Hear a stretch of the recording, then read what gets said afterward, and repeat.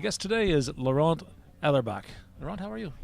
Good, and you, David? I'm doing great. You're here in Romania from France, correct? Absolutely, yes. I'm French, as you can guess, with my accent. I try to change it at some point. Do but not. I want to implore you right now. Oh, okay. I love your voice. Then we can maybe rename your show Tech- Technology and France rather than Friends. I like the way you say that. I will consider it. This is a episode like 470 something. Okay. So it's probably time for a change. Okay. What do you do in France?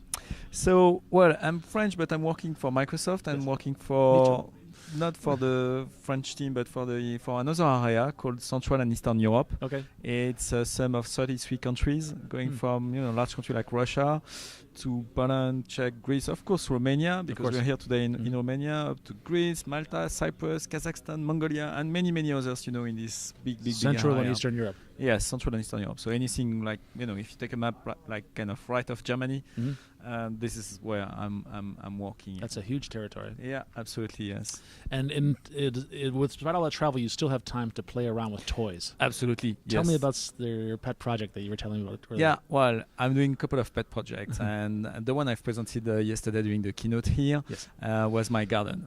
Okay, so I love gardening, but the key issue I always had is when I came back from vacation, either it was a swamp, as it was a desert. So because the sprinkler system that you have are very, very basic. So I like 5 years ago I said shit, I should have done something better, and then I've developed a smart sprinkling system that I can program over the internet from an Arduino board using .NET Macro framework. More recently I've moved that of course to Raspberry Pi and running Windows 10, but that was just a part of it. Okay. The other part is then making the garden smarter. With a smart garden. Yeah, absolutely. With all those fashion names around IoT, Internet of Things. So I've then had sensors in my garden with various technologies like Arduinos, Raspberry Pi, hacking couple of, existing sensors like the one from Oregon Scientific and stuff like that. And what is it sensing? What is it sensing? The soil humidity, the air temperature, the air humidity, the wind, the rain, the raindrops as well, to be even more precise at some point. I never used this data that much. But it was for the pleasure of doing it. And you're collecting a lot of data. Which piece of data are you actually using? Mainly the soil humidity. Humidity. Yes. Is that to determine how much to water? Yes, absolutely. And if you need to water, I'm using as well, other things like the weather provision. The weather forecasts. So if it's a web service you call? Yes, absolutely. I'm calling a web service. Simple web service to give simple things. But if it's kind of dry and if it's likely not going to rain, then I will sprinkle. Okay. And if it's kind of in the middle and likely going to rain, then I will not sprinkle. I see. So I'm using mainly those data, but for the rest I'm using as well the other data more in a BI point of view, so that I can do my own provision a bit better as well. Okay. And then that does allow me to play with a couple of things like Power BI. You have Power BI linked to your garden. It's like wow. Who doesn't? Who wouldn't want Power BI? I don't know. it's so cool technology. Tell me a little about the architecture here. I know you've got some hardware, some Arduinos and some Raspberry Pis. Yes. They're physically in your garden. Yes, monitoring absolutely. things with some attachments to monitor things. And then what are you using in Azure?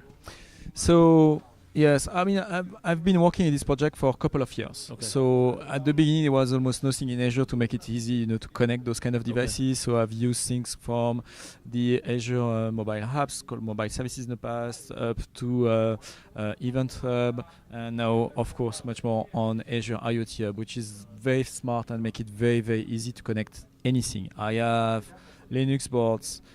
Because I really wanted to understand how it's working as well on non-Microsoft technology, and actually it's working perfectly. You can connect.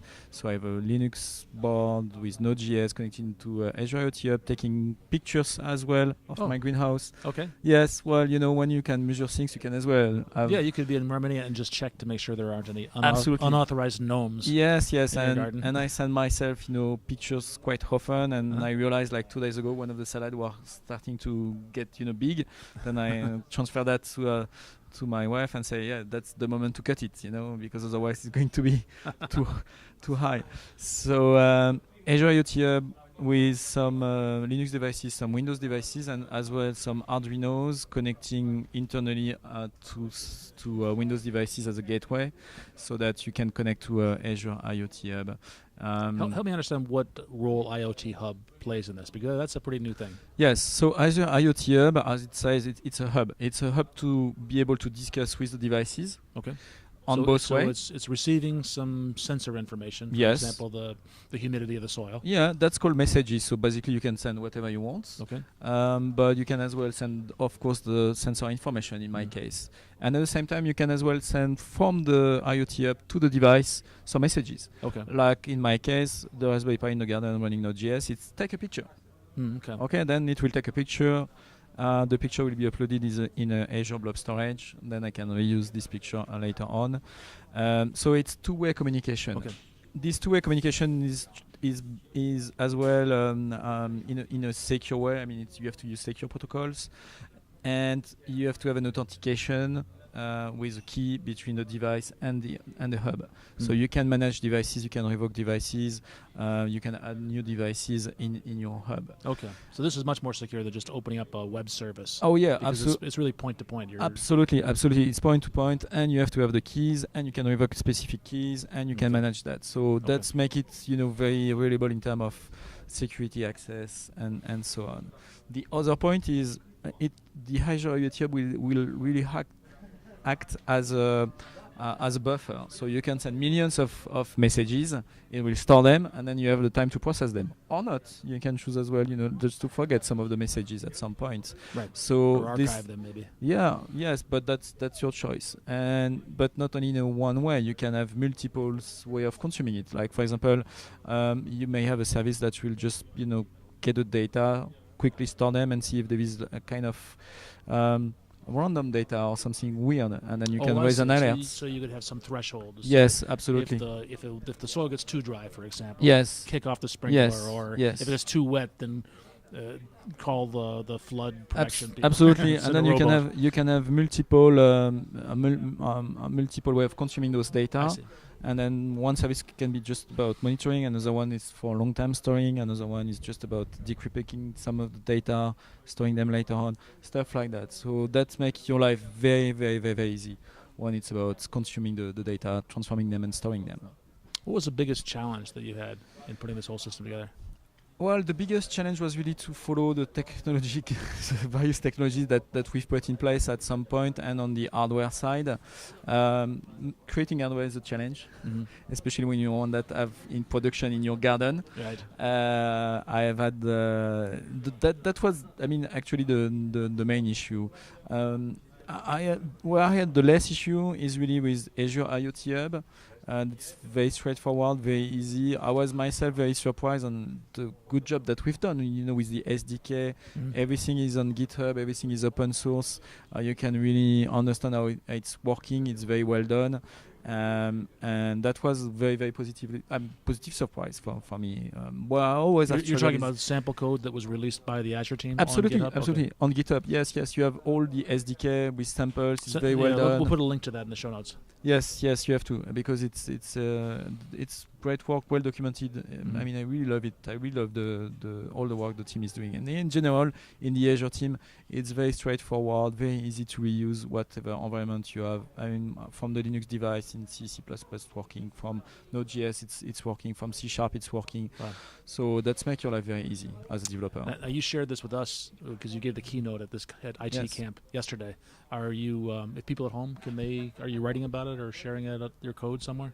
Yes, absolutely. I have my own GitHub, and my blog. So what is kind of old is on my blog. Okay. What is more recent is on my GitHub. Okay. I still need to document part of what I've done and part of the code. You'll find other stuff which are related to other passion on Lego, so Lego robots and stuff like that, Lego train, yes, and we can play like that. That'll be a topic for another show. Yeah, absolutely, when I yes. come back to Europe. Absolutely, anytime. Where's your blog? My blog is MSDN. It's blogs.msdn.com/Laurel, LAURELLE. Okay. And my GitHub is just github.com/Ellerbach, like my last name, ELLERBACH. Laurent, thank you so much. Thank you, David. See you soon.